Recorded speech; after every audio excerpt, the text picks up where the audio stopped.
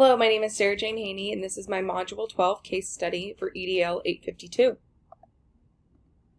Section 1 is a summary of the case. So who was involved? Susan Potter, who's the principal, Joe Rawlings, the superintendent, the district school board, Helen Burke, who is a teacher and the chair of the Visioning and Planning Committee, other committee members including Dan Kelby, 4 parents, and 2 other teachers, community members, and then architectural firm and education planner. When? It occurred at the beginning of the school year, about 12 months before the new middle school will open. Where did it occur? The Lightville Community School District, and in general the town of Lightville. So what exactly happened? Enrollment has climbed within the school district significantly, causing the district to need additional space for students. After outside consultation, the school board voted to build a new middle school. Susan Potter was hired outside of the district as the new middle school principal. Susan appointed individuals to the Visioning and Planning Committee. Helen Burke was then appointed the chair as Susan wanted to share leadership. And Susan wanted to work as a committee to create a shared vision for the school. The committee members wanted Susan to create one and bring it back to the committee for approval rather than them all creating it together. After discussion, the committee voted to have Susan create the vision independently. Section 2 is reporting legal and ethical issues. Based on what I know, there are no legal issues associated with the situation. I see no law or potential contractual obligations being broken in this scenario. Ethical issues, the only potential ethical issue I see here is Susan breaking her personal values in order to follow the committee's plan of her solely creating the vision. The school's vision. Section 3, a synthesis of what happened. The Visioning and Planning Committee voted to have the principal, Susan Potter, develop a vision statement independently before bringing it to the committee for approval. Section 4 is the synthesis of the facts. So a little bit more in depth about the people involved. Susan Potter, who is the new middle school principal who promotes collaboration. Joe Rawlings is the Lightville Community School District Superintendent. Lightville Community School District School Board members who voted to build the middle school. Helen Burke, who is an English and Social Studies teacher and the chair of the Visioning and Planning Committee. Other Visioning and Planning Committee members including physical education teacher Dan Kelby, 2 other teachers that were not named, and 4 parents who prefer a strong leader to make decisions. Lightville community members with various opinions regarding the construction of a new school, and the architectural firm and education planner who recommended the building of a new middle school. The program, this is a public school district with 2 buildings, soon to be 3. The middle school grades will be 6 through 8 for the new building, and the district enrollment is about 1,200 students currently, but is growing at about a 2% rate each year. Place, this occurs in the Lightville Community School District in Lightville, the town of Lightville. It is a rural community. Section 5 is reviewing and prioritizing the information.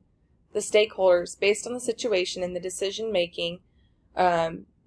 being made, there could be a negative effect on all stakeholders. The stakeholders involved in the situation are the staff of the new middle school, parents, students, the school board, the superintendent, and the Visioning and Planning Committee members. All of the stakeholders have not been consulted in this situation, including students, the school board, the superintendent, all parents, and all the newly employed middle school staff.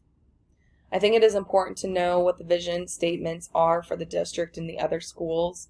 I think it is also beneficial to know how the other vision statements were created, whether they were created by one individual or a committee. Section 6 and 7 follow the standard. Candidates understand the importance of and how to evaluate, develop, and implement systems of supervision, support, and evaluation designed to promote school improvement and student success. Section 6 deals with identifying options and possible consequences. Option 1 is that there's no action. The first option is for Susan to take no action by following the committee's plan to create the vision statement independently and then providing it to the committee for review when it is finished. Option 2 is more liberal action. The second option is to request the committee's assistance in reaching out to other community members, staff members, and students to ask what values are important to them. Susan can also consider the district and other schools' value statements as well. Based on the top shared values, Susan can formulate a vision statement to bring to the committee for review. Option 3. At the next committee meeting, Susan could remind the committee members of the guidelines that were brought to them and agreed upon at the very beginning. These guidelines mention that all members would partake in the process of developing the vision statement. Since these guidelines were approved by all, Susan can insist that they must be followed in order to keep the committee organized. Section 7, evaluating the options. So some of the option 1 pros include the committee members are satisfied with their requests being followed. The committee members may see Susan as a knowledgeable leader as she's following what they recommended. Option 1 cons, Susan may be going against her personal beliefs or values of running a collaborative work environment. The vision statement created may not have shared values. The committee may not agree with the vision statement created, and Susan will have to go back to the drawing board. The guidelines set for the committee are not being followed. Option 2 pros, all stakeholders are involved in the process. Shared values can be identified. The committee still has a part in the development of the vision statement, and Susan is still developing the vision statement independently, so she is still following the committee members' request. Option 2 cons. This option may not be feasible for the time it would take to collect values from outside of the committee. Susan is still developing the vision statement independently, so she's still not having that collaborative aspect that she initially wanted.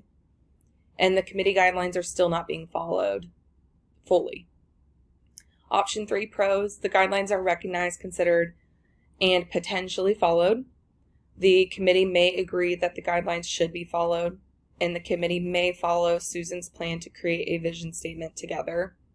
Option 3 cons. The committee may continue to push for Susan to create the vision statement on her own. The committee may look at Susan as an unfit leader as she is bringing it up again. Susan may still have to create the vision statement independently. Section 8 deals with the standard that candidates understand the role and importance of a school's vision and mission, as well as processes for evaluating and collaboratively developing a mission and vision.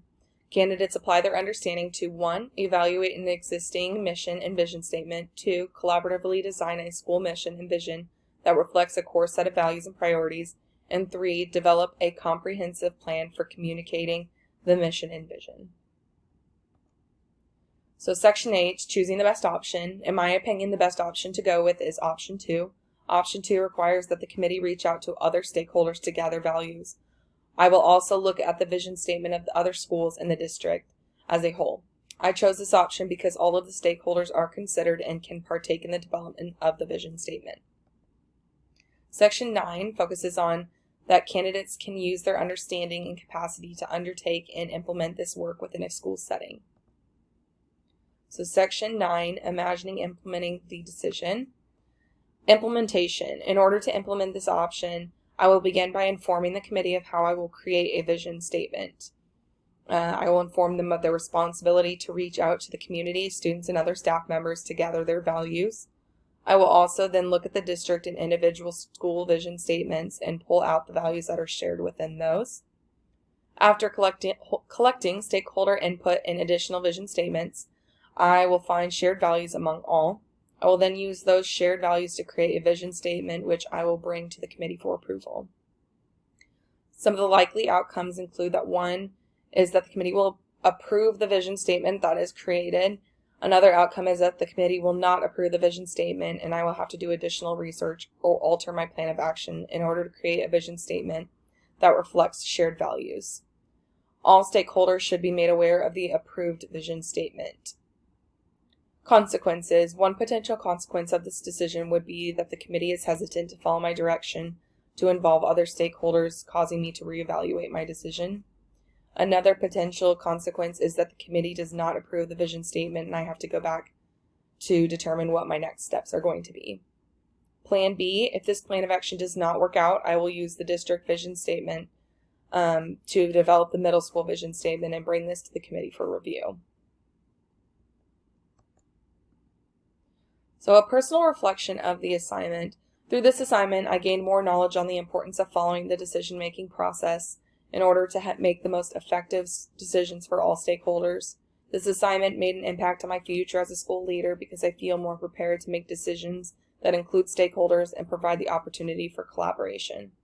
It has also provided me with the opportunity to consider what I would do in this situation and how I can create a collaborative and positive working environment. Thank you so much. I really enjoyed this class.